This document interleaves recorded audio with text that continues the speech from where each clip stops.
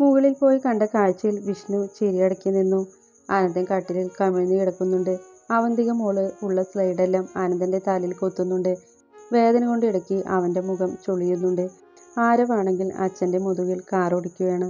എന്റെ ദൈവമേ, നാടി വിറപ്പിച്ച ഗുണ്ടയാ ഈ കിടക്കുന്നത്. വിഷ്ണു ചുണ്ടിന്മേൽ വിരൽ വെച്ച് ചിരിയടക്കി പിടിച്ചു. ഏട്ടാ, കുറച്ചുറക്കെ വിളിച്ച് മുറിക്കുള്ളിലേക്ക് കയറി. ആനന്ദൻ നെറ്റിച്ചൊളിച്ച് എഴുന്നേറ്റു. അവന്തികയും ആരവും ചെറിയച്ഛനെ കണ്ടതും ഓടിച്ചെന്ന് കെട്ടിപ്പിടിച്ചു. വിഷ്ണു രണ്ടാളെയും എടുത്തുകൊണ്ട് ബെഡിലേക്ക് ഇരുന്നു. എൻ്റെ അമ്മോ, ചെറിയച്ഛൻ്റെ നടു പോയല്ലോടാ. ചെല്ല്, താഴെ കാറിൽ ചോക്ലേറ്റ്സും സ്വീറ്റ്സും ഉണ്ട്, പോയെടുത്തോ.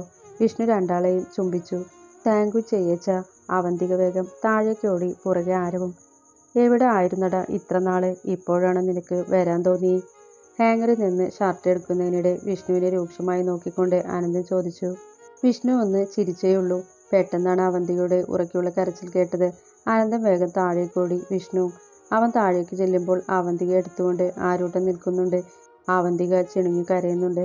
ഭദ്രയും ഭവ്യയും രാഗിണിയമ്മയും ചുറ്റിലുണ്ട്. എന്താ അമ്മ മോളെ? ആനന്ദൻ പേടിയോടെ ചോദിച്ചതും അവന്തികയുടെ കരച്ചിൽ ഒന്നുകൂടെ ഉറക്കെയായി. ഭദ്ര ചെറിയ പേടിയോടെ ആനന്ദനെ നോക്കുന്നുണ്ട്. എന്താ, എന്തുണ്ടായി? ആനന്ദൻ വേഗം അമ്മുവിനെ ആരൂട്ടന്റെ കയ്യിൽ നിന്നും വാങ്ങി.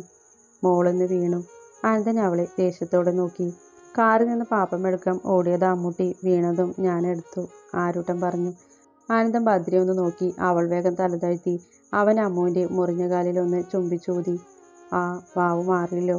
അമ്മുവിനെ കൂട്ടി ഉള്ളിലേക്ക് ചെല്ല്. കാറിൽ നിന്നും കവറുകളെടുത്ത് ആരൂട്ടന്റെ കയ്യിൽ കൊടുത്തുകൊണ്ട് അവരെ അകത്തേക്ക് വിട്ട് ആനന്ദൻ ഭദ്രയ്ക്ക് നേരെ തിരിഞ്ഞു. നിന്നോട് ഞാൻ പലതവണ പറഞ്ഞിട്ടുണ്ട് കൊച്ചുങ്ങളെ നോക്കാൻ. അത് കഴിഞ്ഞിട്ടുള്ള പണിയൊക്കെ ചെയ്താൽ മതി. ജോലിക്കാരെ വെക്കാമെന്ന് പറഞ്ഞാൽ അതും കേൾക്കില്ല. ഇപ്പോൾ കണ്ടില്ലേ? ആനന്ദൻ ഉറക്കെ ദേഷ്യത്തിൽ പറഞ്ഞതും ഭദ്ര തലതാഴ്ത്തി അടുക്കളയിലേക്ക് നടന്നു. ആനന്ദൻ ഹാളിലേക്കും. അവർക്ക് പിന്നാലെ വന്ന ഭവ്യയും വിഷ്ണുവും പരസ്പരം നോക്കി. രാഗിണിയെ നോക്കിയപ്പോൾ അവർ ഒന്നുമില്ലെന്ന് കാണിച്ച് ചിരിച്ചു. ആനന്ദൻ അടുക്കളയിലേക്ക് നോക്കി സോഫയിലേക്ക് ഇരുന്നു. വിഷ്ണുവിന് ചിരി വന്നു. ഏട്ടൻ വലിയ കാര്യത്തിൽ അവിടെ വെച്ച് ചീത്ത പറഞ്ഞിട്ട് ഇപ്പോൾ അത് ആലോചിച്ച് ടെൻഷൻ അടിച്ചു ഭദ്രയെ നോക്കുകയാണ്. ഏട്ടാ. ആനന്ദൻ അടുക്കളയിൽ നിന്ന് വേഗം തലചരിച്ച് അവൻ പറയുന്നത് കേൾക്കാൻ മൂളി. ഞാൻ വേഗം തന്നെ അച്ഛനാവൂട്ടോ, വിഷ്ണു അല്പം നാണത്തോടെ പറഞ്ഞതും ആനന്ദൻ പായിച്ചുകൊണ്ട് ഭവ്യയെ നോക്കി. അവിടെയും നാണം തന്നെ. അപ്പോഴാണ് ഭദ്ര എല്ലാവർക്കും ചായയും കൊണ്ട് അങ്ങോട്ട് വന്നത്. അവളുടെ മുഖം വീർത്തിരിക്കുന്ന കണ്ട ആനന്ദൻ അബദ്ധം പറ്റിയ പോലെ അവളെ തന്നെ നോക്കി. ഭദ്ര ആ ഭാഗത്തേക്ക് ശ്രദ്ധിക്കാൻ പോലും നിൽക്കാതെ തിരിച്ച് അടുക്കളയിലേക്ക് നടന്നു. പുറകെ ഭവ്യയും. ഏട്ടൻ പറയുന്ന പോലെ ജോലിക്കാരെ വെച്ചൂടെ ചേച്ചി? ഉവ്വ, ജോലിക്കാരൊക്കെ വരുന്നുണ്ട്, അടിക്കാനും തുടയ്ക്കാനും. ഇത് അടുക്കള പണിക്ക് കൂടെ വെക്കാൻ പറഞ്ഞാൽ പിന്നെ എന്താ ചെയ്യുക? എനിക്കെന്തോ അടുക്കളയിൽ മാത്രം ആരെയും നിർത്താൻ മനസ്സ് വരുന്നില്ല. ഭദ്ര നനഞ്ഞ കൈകൾ സാരി തുടച്ചുകൊണ്ട് തിരിഞ്ഞു. ഭദ്രയുടെ നോട്ടം വാതിലിലേക്ക് നീളുന്ന കണ്ട് ഭവ്യ തിരിഞ്ഞു നോക്കി. ആനന്ദനാണ്. ഭദ്ര വീണ്ടും തിരിഞ്ഞു നിന്നു. മോളെ അമ്മായി തിരക്കുന്നുണ്ട്. ഭവ്യ ഭദ്രയെ നോക്കി ഒന്ന് ആക്കി മൂളിക്കൊണ്ട് ഹാളിലേക്ക് ചെന്നു. ഭദ്രയുടെ ഇടുപ്പിലൂടെ കൈകൾ ചുറ്റിയതും കയ്യിൽ പിടിച്ച ചട്ടവും കൊണ്ട് ഒറ്റ അടിയായിരുന്നു. ആനന്ദൻ വേഗം കൈ വലിച്ച് ഏരി വലിച്ചു. അവൻ കൈ കുടിഞ്ഞ് ഭദ്രയെ നോക്കി. എവിടെ? അവൾ ചെയ്യുന്ന പണിയിൽ മാത്രം ശ്രദ്ധിച്ചാണ് നിൽപ്പ്. ആനന്ദൻ വീണ്ടും അവളുടെ ഇടുപ്പിലൂടെ കൈകൾ ചുറ്റി. ഭദ്ര വീണ്ടും ചട്ടവും കൊണ്ട് ഒന്ന് കൊടുത്തു. ഇപ്രാവശ്യം ആനന്ദൻ ഏരി വലിച്ചതല്ലാതെ കൈകൾ പിൻവലിച്ചില്ല. ഭദ്ര ഒന്നുകൂടെ ഉറക്കി കൊടുത്തു നോക്കി. ചെക്കൻ കൈകൾ മുറുക്കി. ഭദ്ര പിന്നെ അത് ശ്രദ്ധിക്കാതെ പണിയിലേക്ക് തിരിഞ്ഞു. ആനന്ദൻ അവളുടെ തോളിൽ മുഖം അമർത്തി. അവന്റെ താടി കൊണ്ട് കഴുത്തിൽ ഇക്കിളി എടുക്കുന്നുണ്ടെങ്കിലും ഭദ്ര ചിരിക്കാനോ കുതിരാനോ പോയില്ല. ഡീ കാളി, ദേഷ്യാണോ? നിനക്ക് അറിഞ്ഞൂടെ ഞാൻ എന്ത് ക്ഷമിക്കും? പക്ഷെ എൻ്റെ കൊച്ചുങ്ങൾക്ക് എന്തേലും പറ്റിയാൽ എനിക്ക് ദേഷ്യം നിയന്ത്രിക്കാൻ കഴിഞ്ഞില്ല, അതാ. ഭദ്ര ഒന്ന് തിരിഞ്ഞു അവനെ നോക്കി. അങ്ങനെയുള്ള ആൾക്കാർക്ക് കൊച്ചുങ്ങളുടെ പിന്നാലെ തന്നെ നടക്കായിരുന്നില്ലേ? കൊച്ചുങ്ങളായാൽ വീഴും, ചിലപ്പോൾ കാലോ കയ്യോ പൊട്ടിയെന്നിരിക്കും. അതിനൊക്കെ എൻ്റെ മെക്കിട്ട് കയറാൻ വന്നാലുണ്ടല്ലോ. അവൾ ചട്ടു ഉയർത്തി ദേഷ്യത്തോടെ പറഞ്ഞപ്പോൾ ആനന്ദൻ ആരെങ്കിലും കേൾക്കുമെന്ന് കരുതി പുറകിലേക്ക് നോക്കി. പോട്ടടി, ഇനി ഉണ്ടാവില്ല. വീണ്ടും അവളിലേക്ക് ചേർന്നതും ഭദ്ര ശക്തിയായി കുതറി.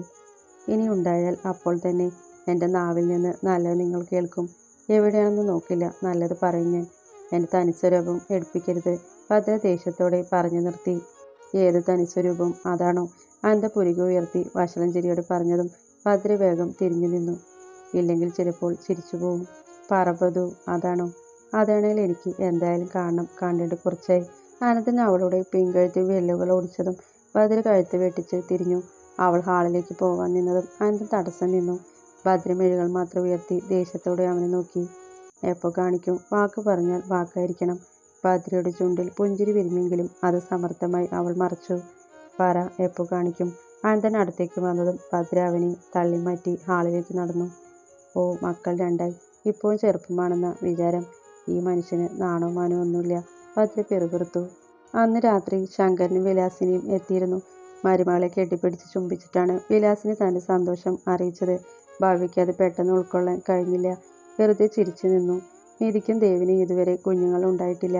ചില പാപങ്ങളൊന്നും ദൈവം മറക്കില്ലെന്ന് പറയുന്നത് നേരായിരിക്കും. ഒരിക്കൽ മിതി പറഞ്ഞതാണ് ഭവ്യയ്ക്ക് ഓർമ്മ വന്നത്.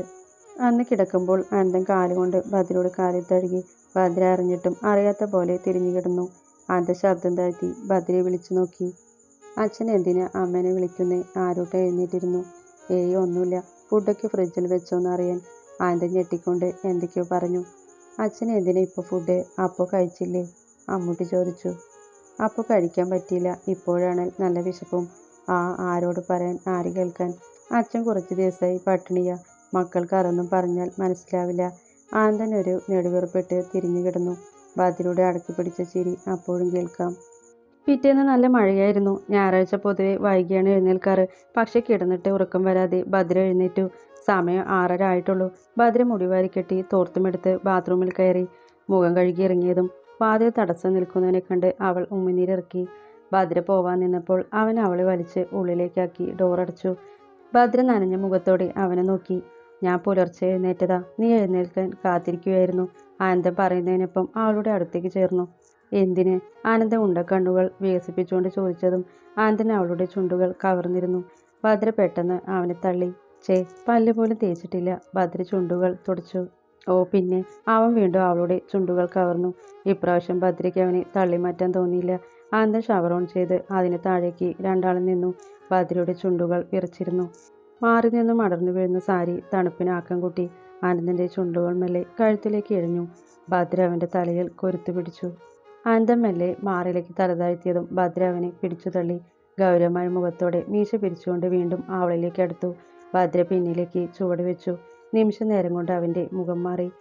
ആ ഭാവം താങ്ങാൻ കഴിയാതെ ഭദ്ര മുഖം താഴ്ത്തി. ആനന്ദൻ ഷവർ ഓഫ് ചെയ്ത് ഭദ്രയെ ചേർത്ത് നിർത്തി. ഉടയാടകൾ അഴിഞ്ഞു വീഴുന്തോറും തണുപ്പ് കൂടി. അതിൽ ചൂടുപോലെ ആനന്ദന്റെ ഓരോ സ്പർശനവും ചുടുചുംബനങ്ങളും ഭദ്രയെ വിവശയാക്കി. ഒരു കൈ കൊണ്ട് അവളെ ഭദ്രമായി ചേർത്ത് പിടിച്ചിരുന്നു. ആനന്ദന്റെ പുറത്ത് ഭദ്രയുടെ നഖങ്ങൾ അമർന്നു. ചുണ്ടുകൾ ഉള്ളിലേക്ക് കടിച്ചു പിടിച്ചുകൊണ്ട് അവൾ അവനിലുള്ള പിടിമുറുക്കി. അവളിൽ നിന്ന് അകലുമ്പോൾ പെണ്ണ് തണുപ്പോടെ അഴിഞ്ഞ സാരി വാരിയെടുത്ത് ചുറ്റി.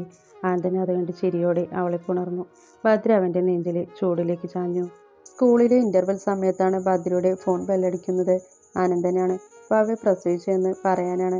പെൺകുട്ടിയാണ്. 3 മണിക്ക് അമ്മമ്മോളെ കൂട്ടി ആനന്ദൻ വരാമെന്ന് പറഞ്ഞു. ഭദ്ര വേഗം ആരവിനെ വിളിച്ചിറങ്ങി. ഭദ്ര ഇപ്പോൾ സ്കൂളിലെ പ്രധാന അധ്യാപികയാണ്. ആരവ് അവിടെ തന്നെ ഒന്നിലും. അമ്മമ്മോള് കവലയിലടുത്ത് തന്നെയുള്ള അംഗൻവാടിയിലും. ഭദ്ര കുറച്ചു നേരം കാത്തു നിന്നെങ്കിലും അനന്തനെ കണ്ടില്ല. ആരവിനെ കൂട്ടി അവൾ കവലയിലേക്ക് നടന്നു. മുമ്പാണെങ്കിൽ അഖിലിനെ വിളിക്കാമായിരുന്നു. അവൻ ശാകേഷിന്റെ കൂടെ അമേരിക്കയിലാണ്. അവന്റെ കുടുംബവും രക്ഷപ്പെട്ടു. അടുത്ത മാസം വരുന്നുണ്ട്. കല്യാണമാണ് ആളുടെ.